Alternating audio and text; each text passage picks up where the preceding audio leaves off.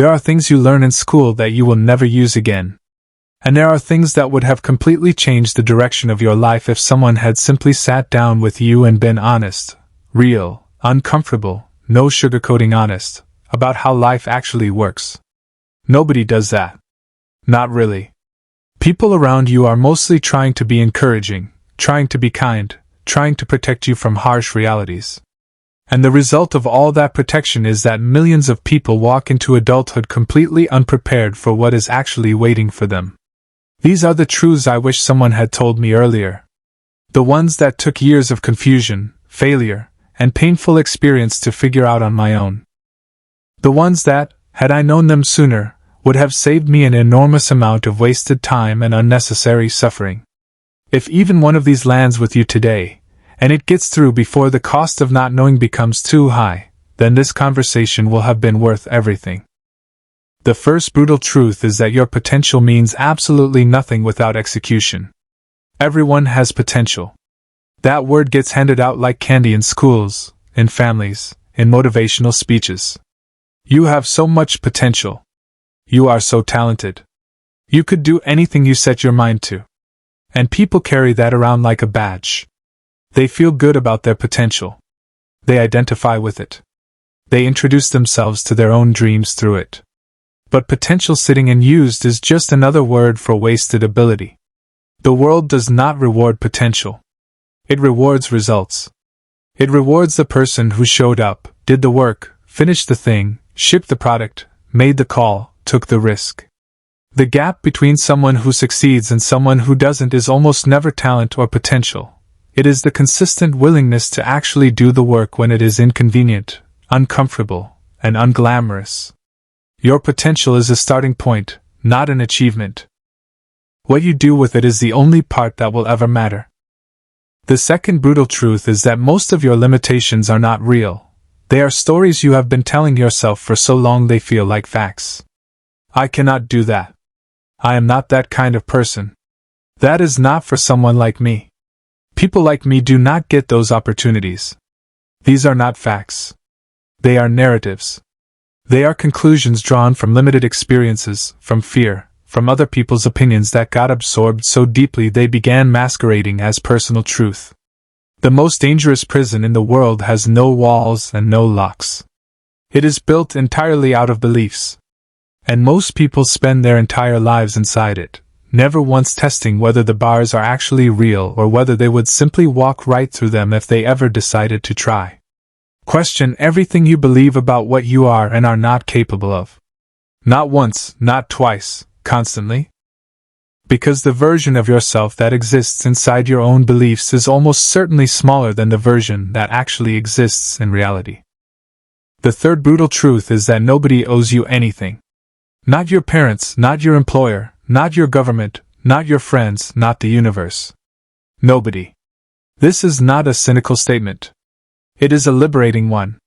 Because the moment you stop expecting the world to hand you things, you stop being disappointed when it doesn't. And you start building instead of waiting. So many people are silently furious at the world for not delivering what they feel they deserve.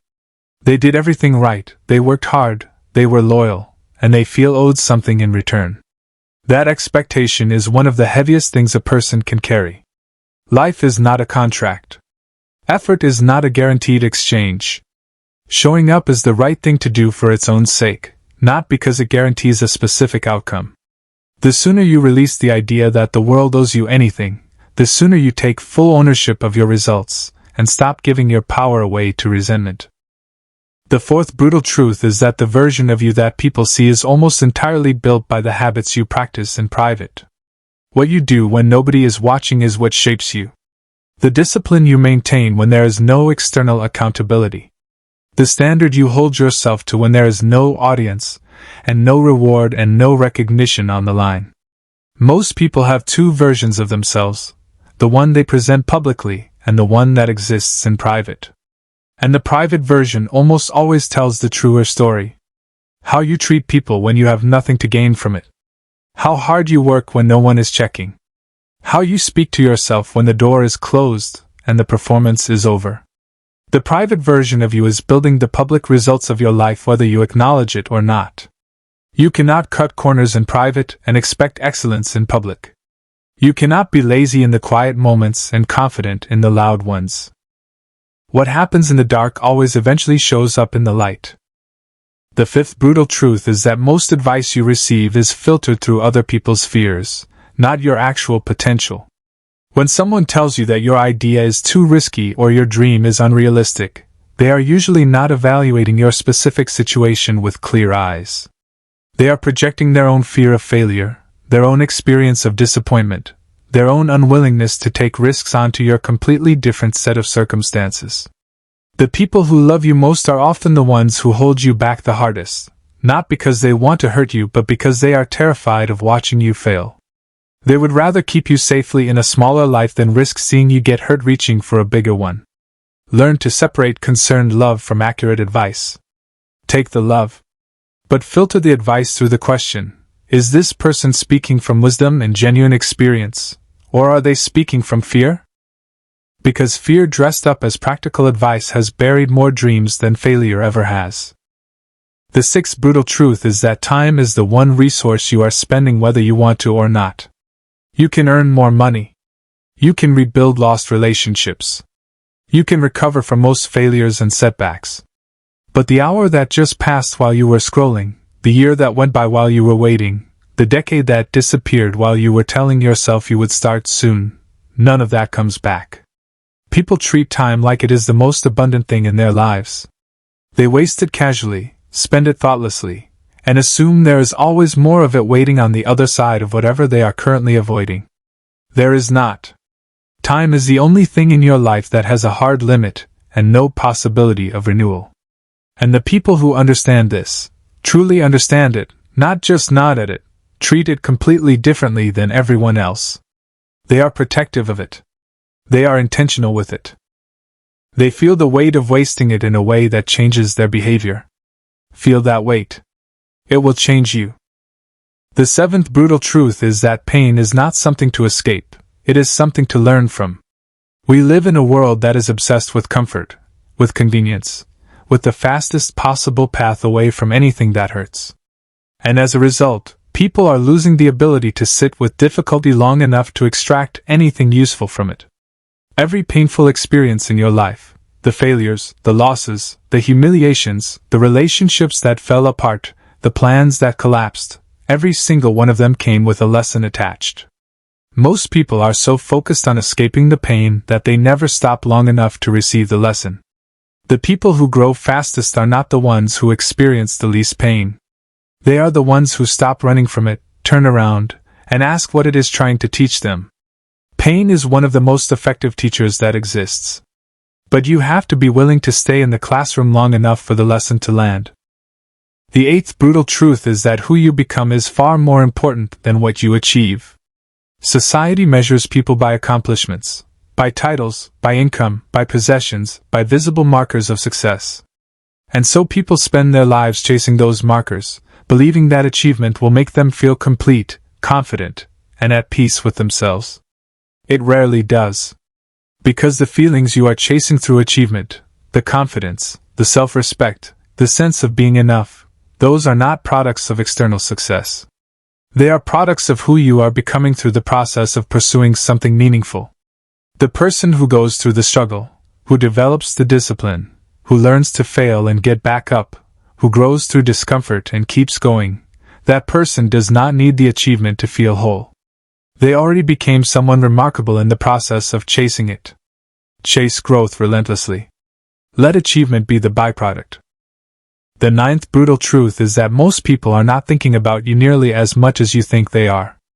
So much of human behavior is driven by imagined audiences.